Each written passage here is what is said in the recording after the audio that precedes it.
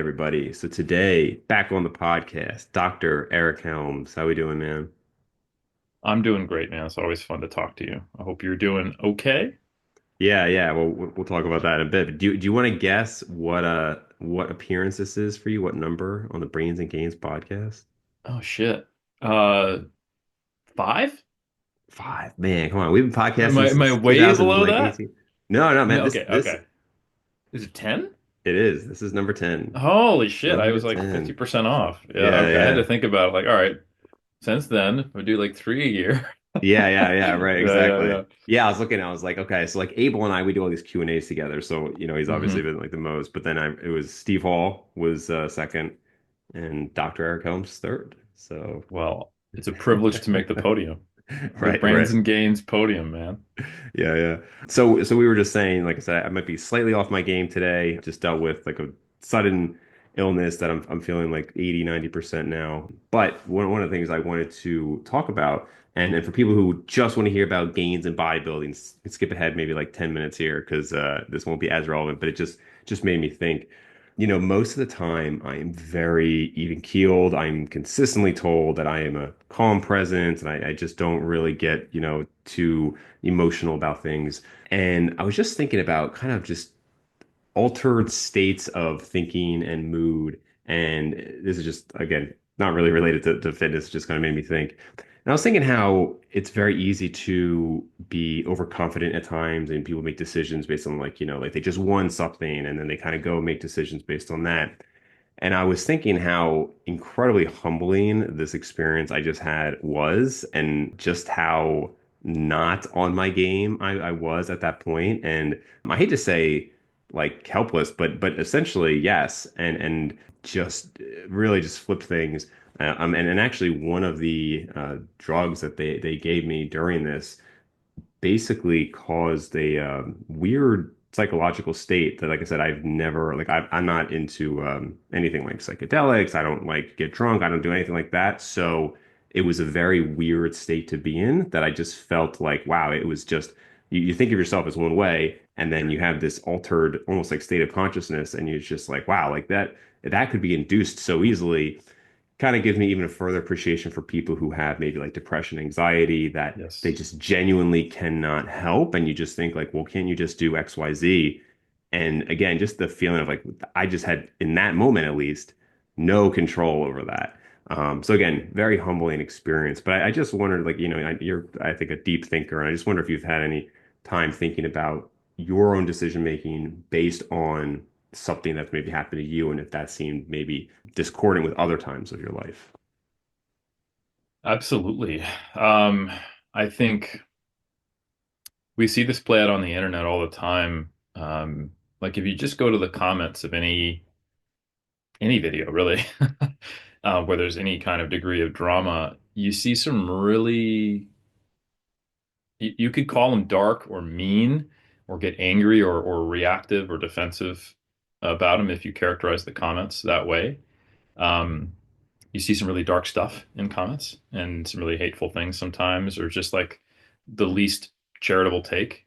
But when you really think about the state of mind someone needs to be in to decide to, watch that video, go in, make a comment, and leave that type of critique, and that they're actively trying to hurt someone and that they think that's the right thing to do, um, then you just have to think, okay, where would I need to be to do that? And if that's something this person does regularly, it's a good chance they're dealing with anxiety, they're dealing with depression. They're not in their normal state of mind, or their normal state of mind is a rough one, and they, like you said, they may not have the agency to change that. So personally, that's actually one of the things I really like about coaching bodybuilding and competing in bodybuilding. Amazingly, I make everything about bodybuilding, and here we are. You're like, hey, skip 10 minutes. Like, actually, I'm going to make your No, it's experience good. where you nearly died about bodybuilding. Um, One of the rules we kind of have among us 3DMJ coaches is that we don't make life-changing decisions during prep, especially in the deeper stages of Mm. prep, because we acknowledge that you're not in your normal state of mind. You get a little bit manic during certain phases of prep where you're like, oh, I'm always doing something, I'm goal oriented. And like people with mild ADHD during certain phases of prep, it can get really severe, at least what it like seems like. People get very, very manic. And then some people with, anxiety or depression at certain phases, it can get a lot worse. Some people experience pretty substantial depression during certain phases. For me, like interpersonal conflict can make me quite manic, especially if it's someone like who I respect, or if I think someone, and it's something I struggle with a lot throughout I guess my aging, my maturity. A big point of maturation for me emotionally has been to accept that there's going to be some people who have opinions about me and beliefs about me and thoughts about my motivations or my decisions that aren't true, and that I don't know, or is it even realistic for me to try to correct them all. And that people are going to be on the internet saying things about me that are not who I am, and that it worries me, and it makes me feel like I'm not in control of my own identity because I'm out there. And it's been one of the larger challenges to me being a science communicator is like, well, frick, I have to be out there to some degree. I have to be known. People have to to some degree, feel like they have a relationship with me to give me trust. And I need to get their feedback to know that I'm doing a good job, and I need to have a platform, and that's just the way it is. So when I go through prep, or if I'm currently struggling with a bit of social anxiety, or if I'm feeling a bit manic, or if I'm even dealing with a little bit of depression, then I have to be very careful with the decisions I make. Like I even commented on your videos before and then deleted the comment. Like, Yeah. well, you know what? This is not productive. I'm having an emotional reaction, and I think that's such a normal thing. And a lot of the times we're not only not seeing people at their best online or on social media or these initial reactions or in the comments, we're potentially even seeing them at their worst. And for me, helping my athletes and people going through prep recognize that, and recognizing it in myself has been a good opportunity for growth, to get a little bit deeper and a little more big picture beyond internet comments and drama and bodybuilding. Um, I'm quite close to the topic of suicide. So that's how my father passed away. And it had obviously it had a huge impact upon my life trajectory and how I see the world and my introspection. And I've had other people close to me who've, dealt with depression, and that unfortunately was the outcome. So I think that is an example of the tunnel vision that can occur when you get into a certain mind state, and how that can alter the way you view things. And if you don't see hope for anything being except this really negative thing, that sometimes seems like the only out, which I think is very tragic. And as an outsider, when you're not inside that person's head, and none of us are, you can see options for them. Why didn't you just do this? Why didn't you ask for help? Why didn't you call me? Why didn't you consider this? Why didn't you try X, Y, and Z? Um, and I think it's the most extreme example because it's the decision you can never unmake. Um, you know, and like you can look back with regret on things, and of course you can't change the past, but that is a full stop. So I have tried to give more and more and more and more grace to other people throughout my life, and on good days to myself for the decisions I make, or when I look back and think of things that I've done when I have not been in, I wouldn't say the right state of mind, but a representative state of mind of Yeah, yeah. what I would have liked to have done. So no, I totally understand where you're coming from, and I think it's probably pretty unique to get it from. I'm guessing I haven't had the specific experience you had. A very rapid change in like who you feel, like who you are, like your personality has changed. Like you said, an altered state of consciousness because of a drug.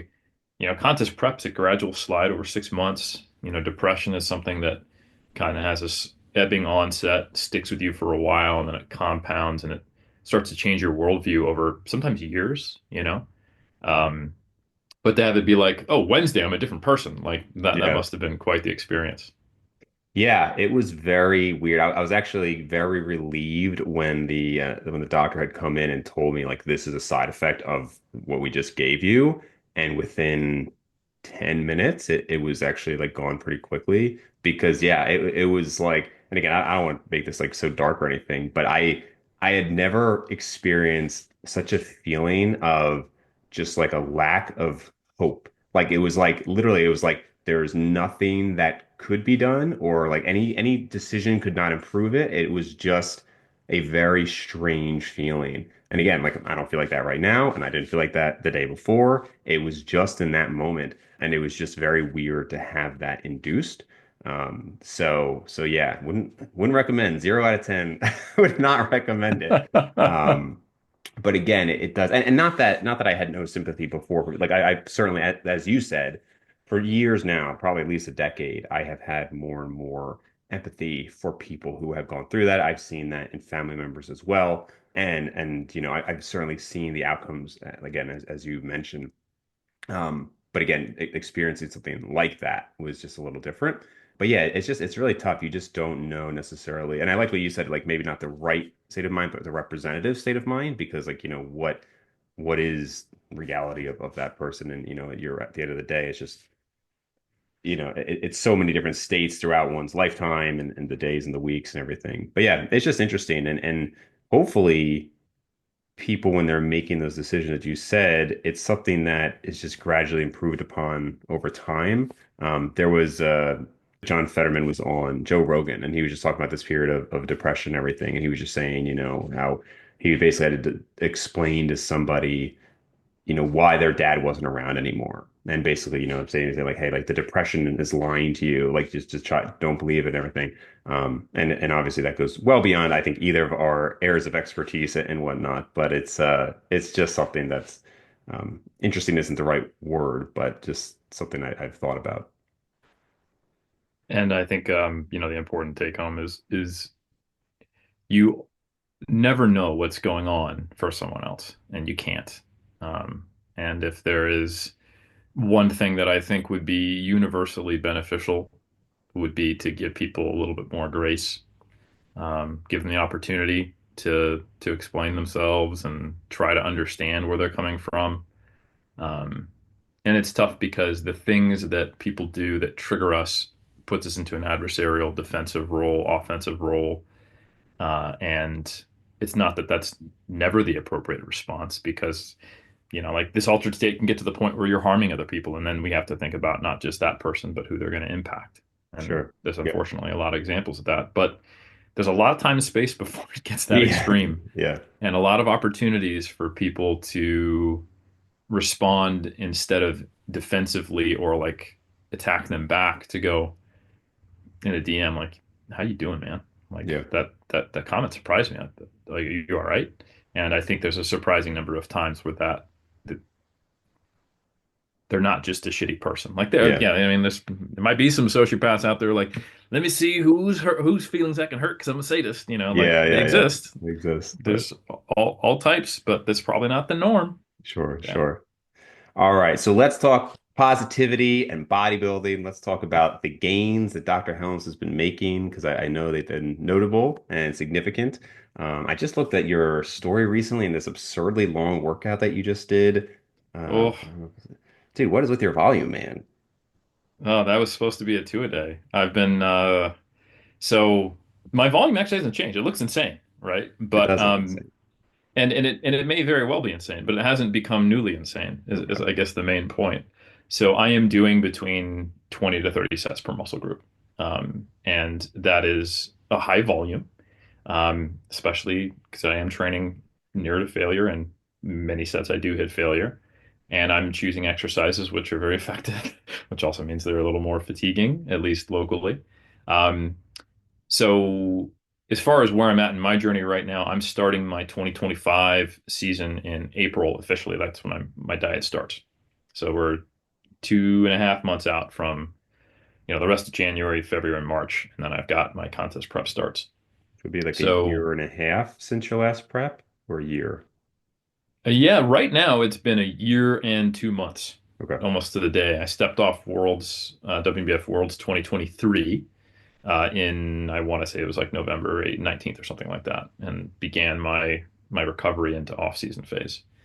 So yeah, so the something we describe as the prep positioning process for 3DMJ, which essentially to put yourself in the best position to get into really great shape for bodybuilding while preserving as much muscle mass, health, sanity, all that good stuff. You want to find that sweet spot where you are as lean as possible, but not dieted before starting a diet. Or Right. then your 6 month contest prep is actually an 8 month contest prep, right? And you just took a break. So I just completed the mini cut prior to the slight surplus phase. So I did from mid-November until mid-January. I did a cut to get from I think I was 91.5-ish down to 87.5-ish, which was great because we predicted I would need to, which is a little above 190. We thought I'd need to get all the way down to 190 for the Americans. Did not need to. Had the look that we wanted at 3-ish, maybe slightly heavier than that, above where we thought I'd be in terms of scale weight, which is great. Um, and now it's been the first week or half a week actually of me going into a slight surplus. I'm not trying to gain weight necessarily. It's essentially I am eating an appropriate amount to have effective training, recovery, all that good stuff, and to not feel like I'm dieted. I'm probably a little leaner than where I would actually want to start prep, so I Mm. might gain like a pound or two. But essentially, I want to feel good to go and then start lean so that I have a really good shot at hitting the best conditioning possible. So that's where I'm at. And the reason why that's relevant to your question of why the hell are you doing so much volume, you crazy fool, is I realized that the mini cut would be a great opportunity to see if my current training volume, which is a lot and hard, like I am busting my ass in the gym, could be distributed in a way that would be more facilitative towards maintaining quality while in a deficit and while getting leaner. Um, Now, a mini cut of getting down to 87 and a half is not the same thing as a full contest prep that lasts 3 times as long and gets me down to, like Skeletor face. Yeah. But it was a good opportunity. So what I went from doing was training 5.5 days a week. Like I have 5 big days and then one day where I do like forearms, calves, and a little bit of weak point training on Sunday. And I took Wednesdays off to me going, you know what? I'm just going to train every day. And some days I'm going to take my harder workouts and split them up. So the prior way that I had my training designed that I kind of set up with Brian Miner was to have like 2 full leg days. One of them I did some additional arm training and then do a little bit of legs on my Sunday. So it was like Tuesday, Thursday, Sunday, but really it was like, sorry, Tuesday, Friday, Sunday, but it was really Tuesday, Friday where I was having these big like Rocky montage, choose the right playlist type of, good thing I have a Right. workout partner on Tuesday kind of workouts. So instead, what I've been doing is I've just been alternating every day with doing either glute ham calves or quad calves, glute ham calves or quad calves, and then doing upper body, but focusing more on chest and back or shoulders and arms. And it's made each one of those individual sessions far more manageable. And there is some interaction with, when do I train with a workout partner and, how much do I want to put my buddy through compared to like he's not a professional bodybuilder, right? So, Yeah. um, I, so scheduling that in a way that's conducive to his fitness goals. He's also a cyclist and where he's at and what we enjoy doing together. I found the best way to do that was to train daily and on 1 to 2 days a week potentially coming in and doing an AM session and a PM session. And I've been leveraging the fact that I'm only, one flight above my home gym and that I'm only a, 10-minute walk from Mm. the AUT City gym. And it has worked really well. And I set it up so that my Saturdays have like a big chunk of training that I do, and then Sundays are still stay quite easy, and then I start the week again. But I'm going to throw my mother under the bus. I had lunch with my mom yesterday, didn't get the chance to do the AM session because of the timing. And I was like, well, I better get to the gym 2 hours, or like an hour early, so I have a 2 hour chunk to do this whole thing. And I was Yeah. like, I hit a new PR on leg press. I'm like, this is awesome. And now I only have 8 more exercises. Yeah. Yeah. So it went well, but it was like you. It's probably not as bad, but would not recommend. Yeah. Just like you said with Yeah. the drug. Yeah. Right. There was a couple times when I was working with Steve Hall where just based on the schedule, I had to combine two of the workouts and he likes to kind of ramp up volume over the week. So if I Hmm. did it on like week two, it wasn't that big of a deal. But there was once I had to do it at the end of a mesocycle And it's like you get through it, but I was like, God, this is just so long. And I was still at a Hmm. commercial gym at the time, so it was just like scope it out, and I was just like, all right, I can go to that one, and then this, and it's just like it has been a really long time. Yeah, yeah. How many? I have been Go ahead. loving it though. I've been Yeah, really enjoying like my I was worried that it would just take too much time out of my productivity and like, oh, I got an extra 20 minutes that I'm walking to and from the gym, right? yeah, yeah, Um, but it's because I've had to be very intentional with my time, and you've probably experienced this as someone who's relatively productive and also busy and doing a lot of things, and you've gone through like med school and shit. When you go through those periods where you have discrete time periods when you can do something, you just get much more efficient. sure. And over the holidays, we had some family here, but then afterwards, I had time where AUT was still closed, and I didn't have a lot of those duties. So I had the time to really try this out. And it was like work on writing the third edition of my books, train, eat lunch, work on writing the third edition of my books, train, come back, eat dinner, hang out with my wife, and then like just podcast before that, a little bit of work, and I know I'm a sick individual, but I've loved it. Yeah. Like, if I could just write about bodybuilding, go physically bodybuild, eat and rinse and repeat constantly, and then meet with people to share my thoughts and experiences, that is kind of the Valhalla paradise for this Yeah, insane yeah. person. So yeah. Yeah, two comments on that. One, it is always interesting with the efficiency because they say like a task basically fills the time allotted to it, right? And that is, I can tell you as somebody who employs 10 people now, like that absolutely is the case. And it doesn't matter how much time we give it, somehow it's just not enough, you know? So I think when I look back sometimes at the busiest periods of my life, and you almost think like, how was I doing that? You know, like, and maybe that's like where you're at right now, but I just think like I was doing this and that. But the alternative to that is I think when I look at the most productive people, I sometimes you're so busy and you just feel like, man, I wish I just had a period where I didn't have to do anything, which of course wouldn't last, right? You'd eventually just get bored. But in reality, because of this kind of stacking of efficiency that we're talking about, it's not like you could just drop 20% of things and now you go from being 100% busy to 80% busy because as I said, time just fills in. So because you're always kind of doing a lot of things at once, to get to a true life inbox zero, you'd have to drop like 50 to 80% of the things you're doing to actually get to a point where you're just like, oh yeah, I don't really have that much to do. So it's this kind of like chasing the dragon thing where it's like it's never really going to come because if you actually set your life up to have that, you would just be so unproductive. At least I know people like you and I would just not want to be that person. So eventually you just kind of have to embrace it, which to your point about bodybuilding, if it's something you enjoy, can be great. You know, I mean, unfortunately, there are some people who just hate their career and then it just feels horrible. They don't like being a parent, they don't like their job, they don't like this, and then they're as busy as we are, but it sucks. But if it's things that you enjoy, it's still hard, but it's a different type of hard, you know? I couldn't agree more. And I also recognize, like, like we were talking about how everyone's different and your own unique way you are changes things. So I definitely have a hyper focused component to who I am and what I do. So I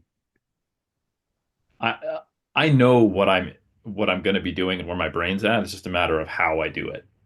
So um it is there it's no accident that my intellectual, artistic, physical, and spiritual, even maybe, pursuits are all the same goddamn thing. So like um I it was funny. I did an update on this exact thing we're talking about, my mini cut, and how I'm trying to train two days a week, or sorry, two times a day, every day, um, at least every day, or 2 days per day. I can't speak English, Jesus. Maybe this is affecting me more than I think. So I'm training daily, and then sometimes splitting it up into 2 day sessions. I talked about that in my YouTube update on the 3D Muscle Journey channel, and I think like I try to be very explicit. Like, this is not a recommendation. This is my circumstances, who I am and what I'm doing. And I'm loving this, and it's making my life easier and more efficient. Um, but I don't necessarily think you should be trying to do this. Yeah. So it's kind of one of those things where I have to be very aware of my influence on people, because of I would like to just have my Believe 2024 vlog just be me sharing my experience as a bodybuilder. And I think other people have an easier time doing that. But because I have taken the position of let me share information and write books and have mass and go on podcasts and tell you about how things work, there's almost this implicit belief that if Eric's doing it, it's something that he's recommending to other people to do, Sure, sure.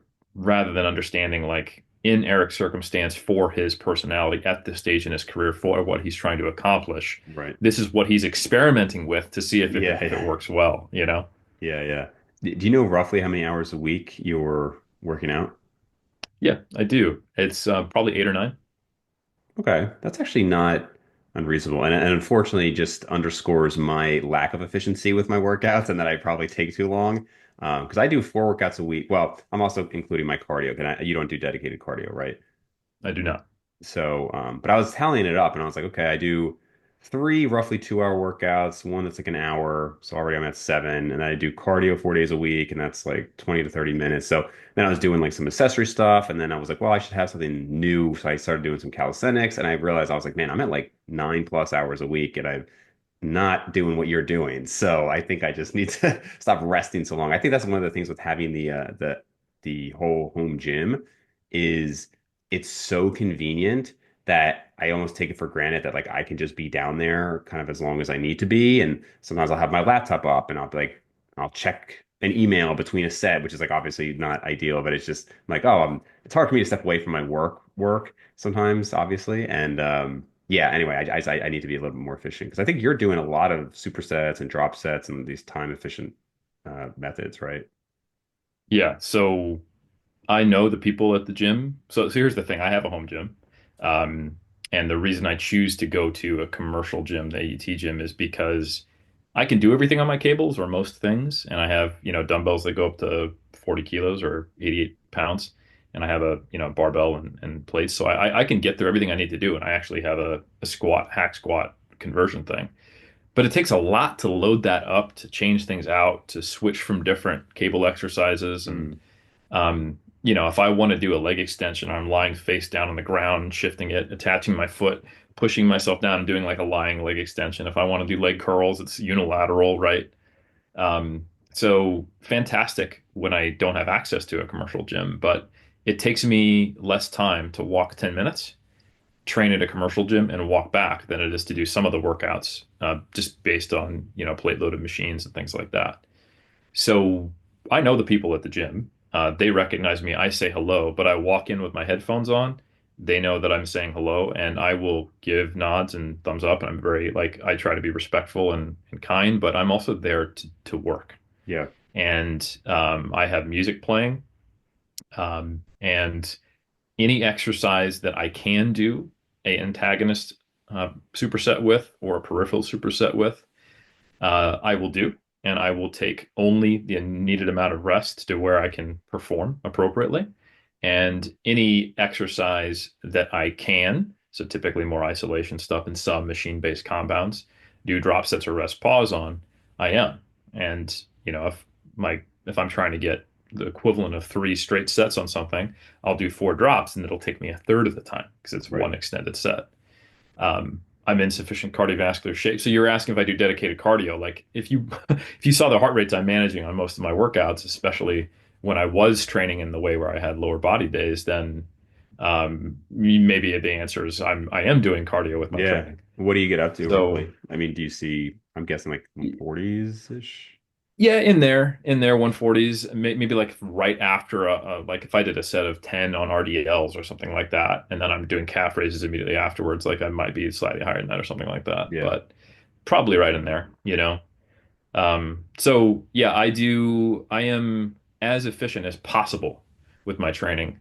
And I do train 3 days a week with a workout partner, but he's an endurance athlete Hmm. and we enjoy training. And I think a lot of people have workout partners who it's an opportunity to socialize, but we take like a, bit of a walk afterwards. We hang out, but the training itself is we're both there just going through the training and motivating each other, and it's we're enjoying the challenge together. So I think that's a really critical thing as well. Sure. We're making sure that we are actually training to failure when we're intended to, and if we get another rep or another partial or whatever we are, um, it's not socialization time except for when we're warming up. So I think I know exactly what you're talking about. I make sure that when I'm training, I'm present.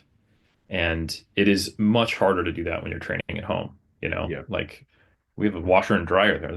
There's clothes I could be folding. Like, come on, exactly. you know, Yeah, like, yeah, yeah, right? I got a notification on my phone, but I pretty much just I turn off all notifications and I just have my music playing when I train. yeah. So And I think I that that is a huge difference. for sure. And I didn't used to be like that. I think, as we've discussed before, with me not being a competitive bodybuilder and being still like 20 years into it, and I hate to say an acceptance, but kind of have an acceptance that not a lot is changing. It is harder to kind of be in the zone because before, like you imagine you're 8 years in and you're like, I'm still going to get everything out of this, and you blast the music and maybe you play some motivational scene and you really believe it, and so you're like, I'm in it, and I just think at this point I don't quite have that mindset anymore. Which you could say like, oh, like is that good? No, I don't think that's a bad thing. Like, it's a double-edged sword to training becoming routine, right? Like, if you think about the routines we have in our life, we always do them. It's not like you're like, God, I need the motivation to brush my teeth. Like, Sure, no, you're going to brush your teeth, and that's an important thing. It's good for your health. And if training becomes that, but something that you also just enjoy, but you don't need to be 100% present for, and you can stop and check your email between it, and you're training every day, like, I think when you are comparing yourself to someone who just turned pro and who is in the middle of this rekindling of motivation and believes and is seeing the fact that they can make, maybe intermediate level gains that I'm experiencing, it's easy to go like, oh, fuck, that's where I should be. And let me talk about why it's not the case. But I have been specifically in your spot, yeah, not too long ago. Looks a little different, but when you don't have a proximal goal and when training is something you do and you enjoy, it can become that, and I think that's okay at times, sure. and that is probably ideal for the long run. Like how Yeah, am I going to be yeah. training when I'm Just to be 75? clear, yeah, just to be Yeah. clear, I'm not saying it. I'm not trying to like justify or make an excuse. I was kind of going with what you just said, more that I'm at a point with my lifting career, and who knows if that would maybe change later, where it's kind of like it almost. I don't want to even try to get in the zone for 2 hours and go hard and everything. Like I'm cool with actually turning on a podcast and I'll listen to math. I Mhm. listen usually when I'm listening to math, it's while I'm working out. Maybe for a particular set, I'll switch over to the music, but during that 2 to 3 minutes rest, okay, back to the podcast. And like I'm good with that because like you said, I'm just like, yeah, it's just kind of part of my routine. It's what I do. And I actually feel better about the use of time because, you can get into a whole idea of pseudo productivity and everything, but I like that I'm getting through maybe like another hour of an audiobook that I feel is going to help me in life while resting compared to saying like, I mean, man, if I was spending 9 hours of dedicated music blasting hard into my workouts per week at this point, given my life circumstances, I don't know if I could justify that, versus like for you, I think you totally can. You know what I mean? No, 100%. And when I was training purely for powerlifting, um, there are some things you just can't do, right? You're going to need the recovery to be ready mentally and physically to try to do another triple with 190 kilos on squats, right? Um, I was doing exactly what you described, even though I was an active competitor and trying to hit a new PR in powerlifting totals. Like I'm not going to superset anything with squats because it's my main lift, Yeah, right? yeah, yeah. So I was like, so there have definitely been phases where I've been exactly in your shoes, especially during phases of my PhD, where I was making the best of the constraints. And there's definitely been times where I'm actively competing, for powerlifting, however, to where I've got a 5 minute rest before I go for this other triple. I'm not going to be doing anything else. So I'm not going to sit there and just ride this. Like I'm not going to listen to Disturbed on Yeah, repeat for my yeah. rest interval, right? And I do. I literally listen to audiobooks, literally listen to podcasts, and then I switch on the okay, I'm ready to rock. Let's get the right song playing. And I think that is there is an appropriate approach for each person in each circumstance. And for me, when I'm trying to get through training that would otherwise take someone 12 to 15 hours in a week in a level of time that does not detract from everything else that I'm trying to do in life, and that is also essentially the most I think I can benefit from. which is essentially my training right now, uh, then those things become a requirement, you know. There are some, here's a funny thing. I did actually listen to a podcast and then switch to music for a couple of my workouts in the last few weeks, even though I'm in this phase, because when I split it up into a two a day, this shows me that it works. I came in the morning and I did RDLs, and I did back extensions afterwards. I did hamstring curls and I did calf raises, and that was hard. And I just was there listening to music, right? But then all I had left in the afternoon was a 40-minute session where I did lateral raises, pullovers, curls, and a shoulder press. Um, and yeah, during my rest periods or when I was loading plates, I was listening to a podcast, and then I Yep. switched on to music because it didn't require me to be in that same mental state, and I could still be relatively quick. It was a weekend workout where no one was around. So no, I think yeah. I just don't want anyone to think like you should be doing the like put your phone on airplane mode, Yeah. get the perfect playlist, and go to war 7 days a week. Like I guess I feel like people are assuming that I'm saying what I'm doing is the right thing, and I don't Sure. think it is. It's what I need to do right now. Sure. I don't think either of these questions are very important to the results. I'm more just curious. One is if you had to guess roughly how long are you resting between sets? Not of the same muscle group, but even like antagonistic. You're doing leg curl, leg extensions, bicep curls, tricep extensions. Like, is it a minute roughly? Probably on if I'm doing a single joint antagonist paired set or peripheral set, um, maybe a minute. So I would do, a set of leg extension, set of leg curl, catch my breath, and do it again, you know. And I'm not timing it. I'm really just going when I think I'm ready and remembering that you're essentially getting the time spent locally for your quad when you're Yep. doing leg curls resting as well. So now, when we're talking something like RDL or leg press, like when I do my leg presses, I always do leg press, supersetted with calf raise on the leg press, and then I rest until I think I'm ready. And that is probably 2 minutes, uh, if not slightly longer, before I do the next set. And it depends on the rep range. Like if I'm doing sets of five and they're heavy, it probably will be 2 minutes. If I'm doing sets of like 10 to 12, it's longer Hmm. because it's just far more Yeah. energy expenditure. Um, RDL is probably an example a little bit longer than that. And then when I do like a peripheral superset, like if I'm doing, let's say, bench press and a row, it's probably maybe a minute and a half between. If I'm doing like bench press with like a rear delt raise, it's almost directly to the next exercise. And then I don't even think about it. It's like when I'm ready to bench again. Yeah. So So you're typically when you're doing these, you're gonna go exercise A, exercise B, rest, rather than exercise A, rest, exercise B, rest. there's probably a little bit of rest between the two. I don't, I think the larger rest comes after the second exercise, typically, especially if it's two compound exercises. Yeah. Like if I'm doing leg press calf raises, I will go from one, I'll finish the set of leg press and just like get my brain functioning again. And then I'll do calf raises and then I'll rest until I think I'm ready to do the leg press again. Yeah. So I don't delineate it that specifically. I go before each exercise when I think I'm ready, and I just have an A/B pairing almost the whole Sure. time. Um, and then when I do drop sets, it's just straight through. I think what might help the listener understand, like what does that result in, is I can typically get through 24 to 30 sets in an hour, Wow. and then we're counting drops, right? Yeah. We're counting rest pauses in individual sets. Do Yeah. you do you think, I mean, and I know there's some shorter term studies on this, but do you think that a drop like that, if you're getting like three total drops, so four sets, is really going to be equivalent as far as hypertrophy to four individual sets, resting 2 minutes? Obviously, the total volume load is way higher in the latter. So, what are your thoughts there? Yeah, I don't. I think we actually have a couple meta-analyses on basically the same studies that came out right around the same time on drop sets specifically.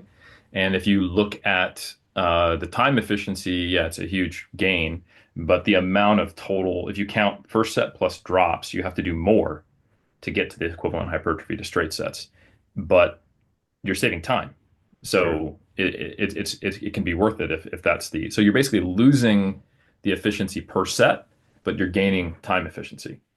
So it is roughly a conversion of like 4 to 3, right? So if when I count my volume, if I do 4 drop sets on bicep curls, I count it as 3 sets. Oh, really? Um, Okay. yeah, exactly. So So, and there's again, that's three drops, right? For a total of four sets. You're talking. correct. So the initial set, and then I drop the weight 3 times. So I've done 1 set and 3 drop sets. I would count that as 3 straight sets. And Oh, that is interesting. roughly Okay. equivalent to when you actually look at the like the meta-analysis. One of them found on average the drop set groups are doing 13 sets and the straight sets are doing 10. And they got 13 sets done in, almost half the time. Sure. But similar magnitude of And that change. was to equate volume load. They did that roughly.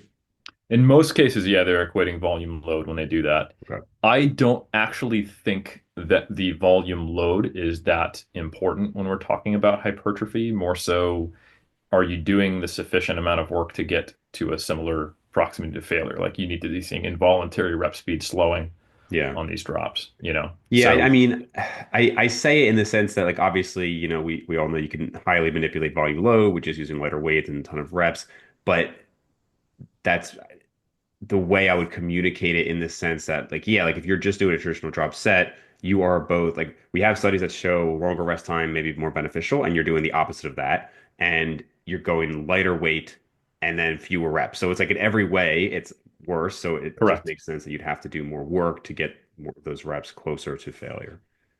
Absolutely. And I think it's really interesting how our best guess at what is going on at the motor unit recruitment level to get there. Because it tells us why BFR works, why high load versus low load training works, and why we see what we see in EMG, where we never see the same peak value on low loads versus high loads. And it's essentially what has been described as motor unit substitution or motor unit cycling is our best guess of what's going on, right? So you will actually get a reduced firing frequency on a given motor unit and all the fibers it innervates, or actually it being just like we're going to turn that off for now and let it recover and cycle it back in. And then as everything else, and this is happening across all the whole motor unit pool, and you eventually get to the same place. But when you go into a set already fatigued, this is when you can start to see the volume load not perfectly matching up. So I think a really good example of this is so the traditional comparison in blood flow restriction training is you do a volume load matched low load protocol versus low load plus BFR. And BFR outperforms the low load because the low load, they're doing 30, 15, 15, 15 with something they could do 50, 40, 30, 20 with, right? And then in BFR, they're much closer to failure.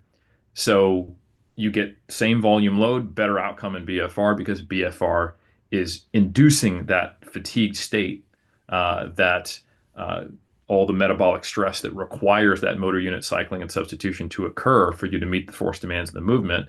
You're seeing your reps slow down on each one of these sets more. So you're exposing all of the motor unit pool and all those high threshold fibers and slow twitch fibers to attention stimulus, and you're getting more growth. And when you actually take the few studies, I'm only aware of 3, where instead of doing a volume matched condition, you do failure on both. So you do BFR to failure with, say, 20 or 30% of 1RM, and then you do 20 to 30% of 1RM to failure. That's been shown in 3 studies.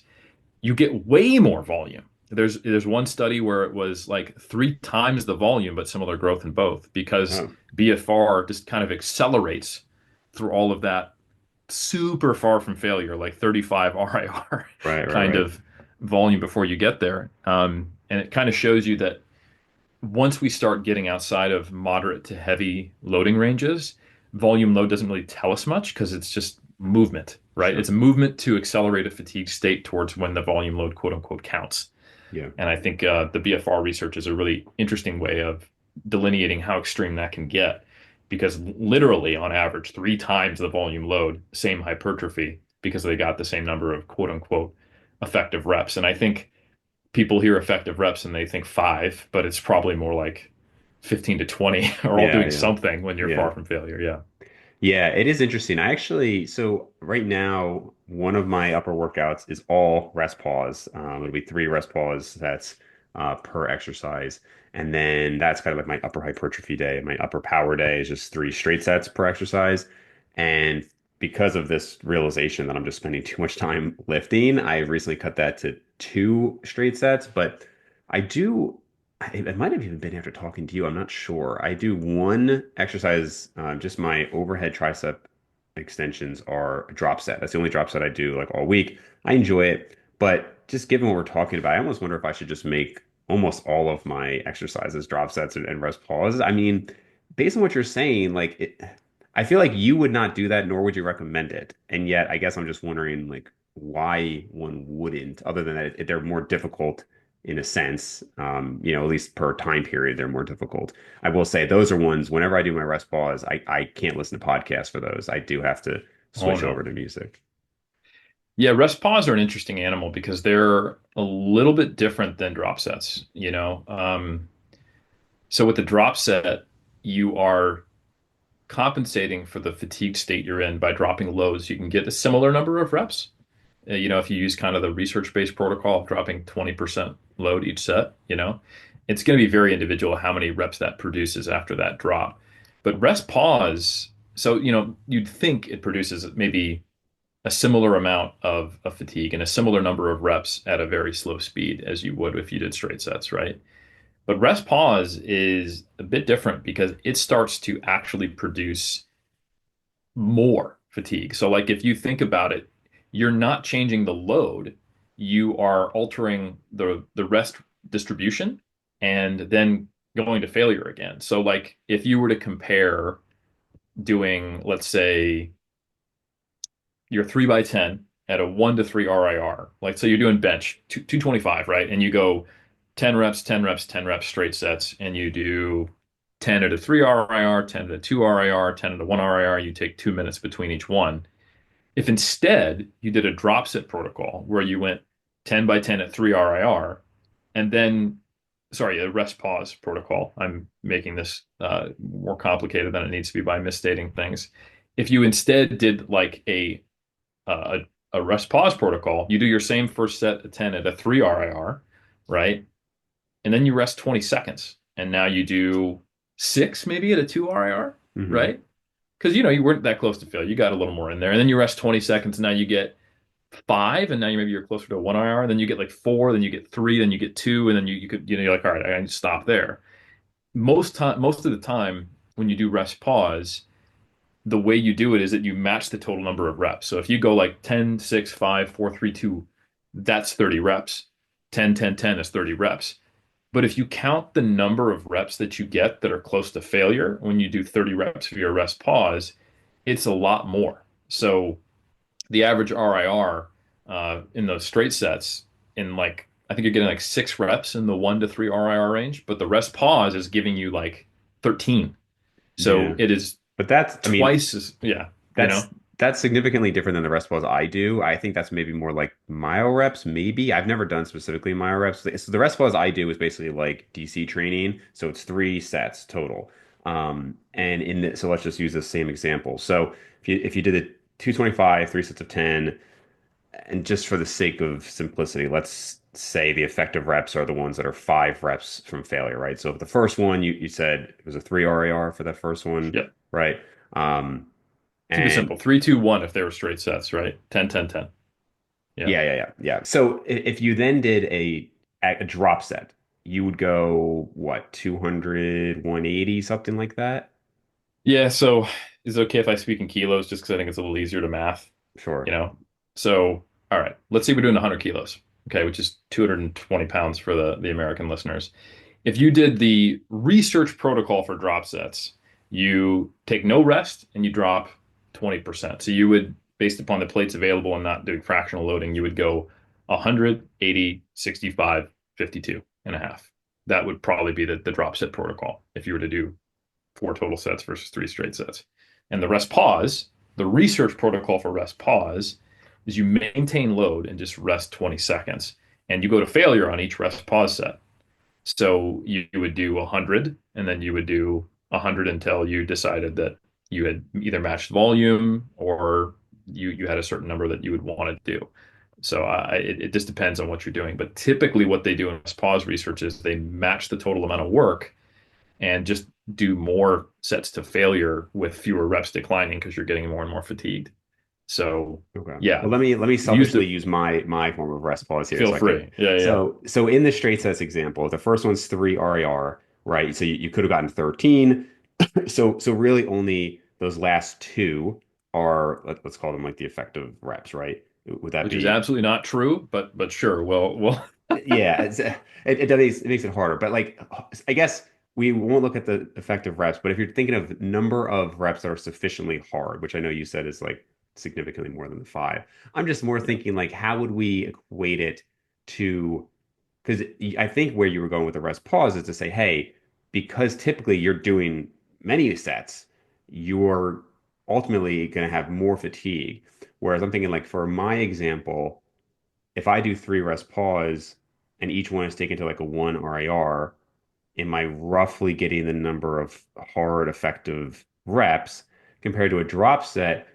You actually were talking about more of a drop than I was even thinking because you were saying with a drop set, you would drop enough to actually get the similar number of reps Mm. per set, right? Whereas like the way I've been doing the drop sets, I might get the first one was 16 reps, and then I drop just like one plate on the stack, and I get actually the way the strength distribution is, it's kind of funny. Like I'll go um, from 16, I'm just thinking of my last time I did this last week, to five, and then I'll drop just one more of the stack, and I'll go up to nine. So again, that's just how the strength works for me.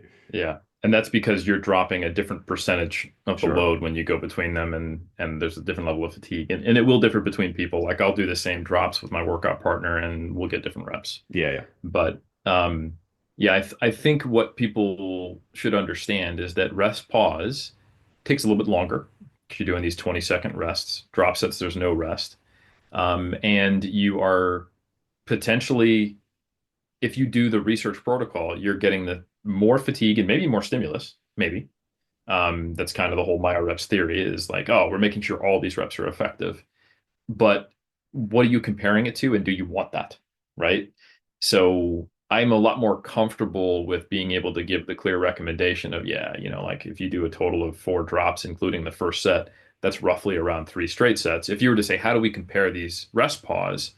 Well, then I have to go like, well, all right, well, how many total reps are you doing in the straight set comparison? yeah, Is the load high enough to where we kind of count all the reps? And if the load is reasonably high, if we're talking like the 8 to 12 RM range or heavier, it may not make a difference and you may be getting more fatigue. But if we're talking about, lighter work, then maybe you're getting an advantage. And I think you could probably manipulate rest pause so that if you're in moderate loading ranges or heavier, you are getting less work, less total reps, but a similar amount of stimulus, yeah. right? And but it's harder to gauge where that is. And I think there's enough data because we have like a meta-analysis on drop sets to where I'm much more comfortable giving a prescription. Gotcha. So So you're not doing any yeah. rest pause then? No, I do. I kind of count it the same way as I do on drop sets, Okay. and I typically won't go super heavy. So like if, because it's kind of six of one, half dozen of the other, man, when you really think about it. And we're trying to give a prescription and a level of precision that we simply don't know, right? So what you're describing is almost a blend of the two. Like you're doing very small, drops and then going. It's almost kind of like you know, like I'm not going to drop as much and I'm getting fewer reps. It's sort of like a rest pause, but you need Yeah. to get a little bit lower load so you can still get those little clusters, right? Yeah, yeah. Yeah, I mean, at Um, the end of the day, I don't, you're right. Like with how I'm doing it, at least on these specific protocols, maybe there's not research. I don't want to say it doesn't matter, but more just at the end of the day, you're working hard for numerous sets. And I think if you're experimenting on yourself and you could, add or subtract volume based on your own results. But I agree, like it'd be hard to give a evidence-based prescription on it other than your own evidence for yeah. yourself. The broad way I would describe this is that manipulating rest intervals or manipulating drop sets or manipulating in counting manipulating rest intervals is rest pause. But drop sets, rest pause are just deciding to rest more or less long, or even using antagonist peripheral sets, or sorry, antagonist or peripheral supersets. Essentially, if you're able to get a similar amount of work at a reasonable proximity to failure, and if you are able to do a similar amount of volume, you will get similar outcomes in terms of hypertrophy. And then you just need to find the way that is time efficient.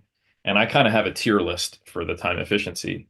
Like antagonist paired sets and peripheral supersets are more time efficient, but and they sacrifice nothing so long as you do them correctly and intelligently and you don't rest too short. You're not trying to like do a superset between like let me do an RDL and a leg press because they're antagonists. Like, no, like that's not the way that works. Yeah, yeah. Um, so you're saving about a third of the workout time and completely preserving the stimulus. And the only cost is that it is more cardiorespiratorily demanding, right? Because you're just having a higher density of mechanical work, that you have to Sure. fuel, even though the local, rest is the same or even longer because you're not just resting 2 minutes, you're resting, 2 minutes at the end plus the time it took to do one. Right. Then after that, then you get into strategies which reduce the per unit of volume stimulus, but it is worth it because it takes less time. And the most obvious example of that is just resting less. Like if you're resting around 90 seconds to 2 minutes compared to 3 minutes, you're going to end up getting less volume. But because it's half to two-thirds of the time, you can do more sets to make up for it. And that's been shown in multiple lines of research. So that is very similar in terms of the outcome, but you're losing a little bit of the efficiency per set.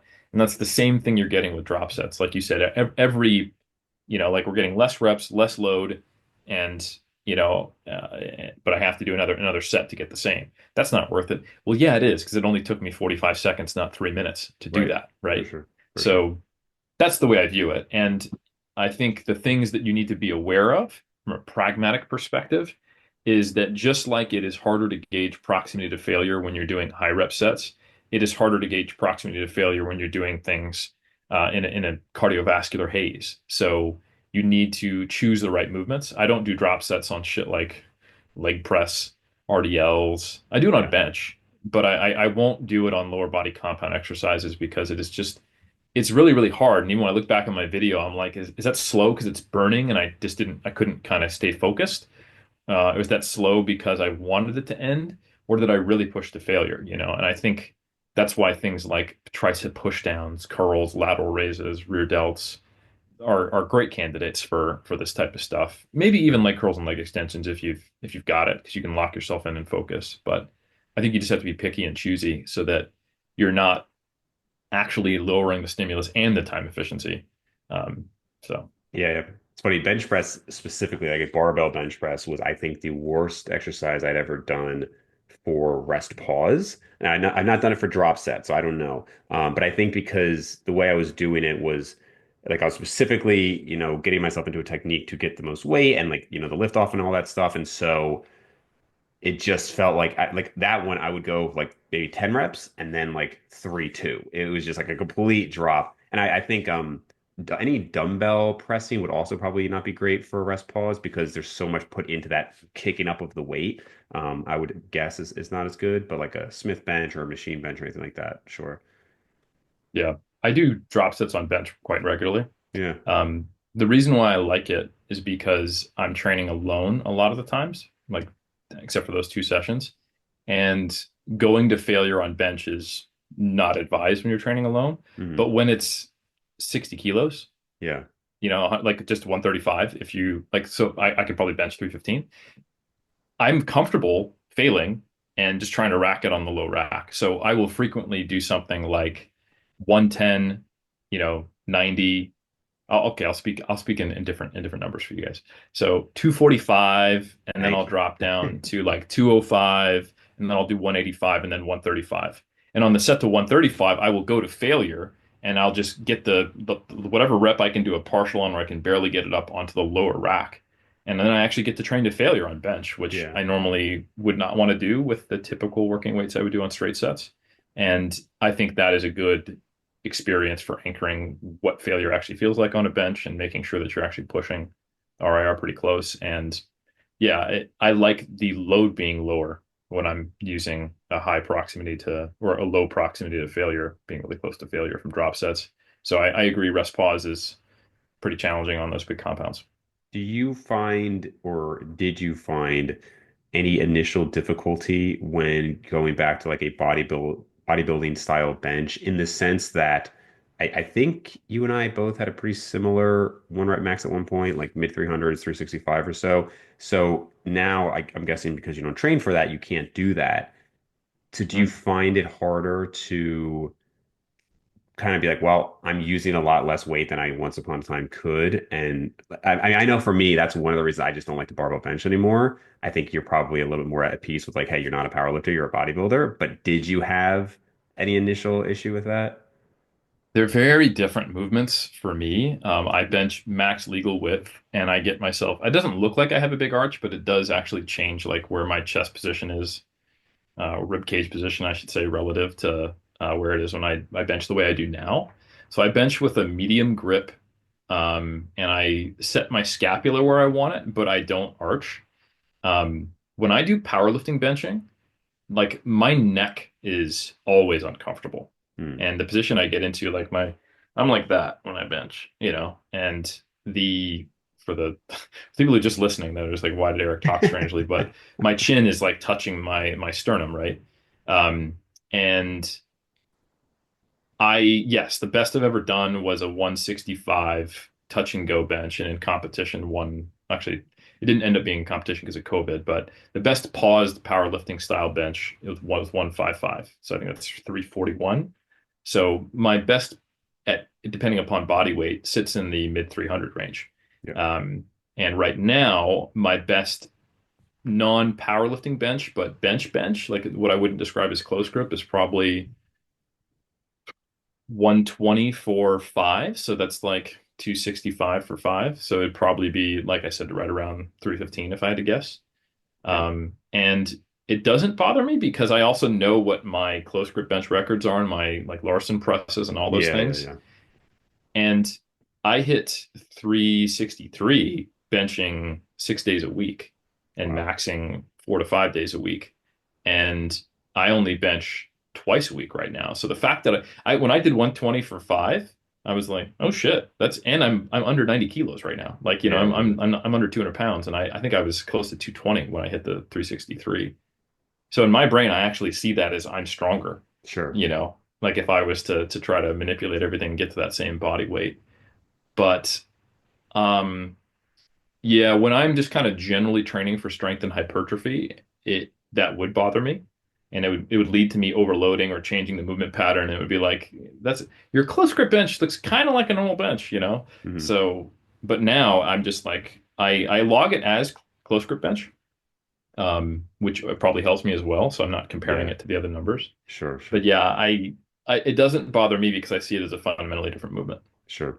All right, guys. So that is it for part one. Eric and I talked for a while today, and we kind of went on some different tangents with different topics. So we decided to break this up into two parts.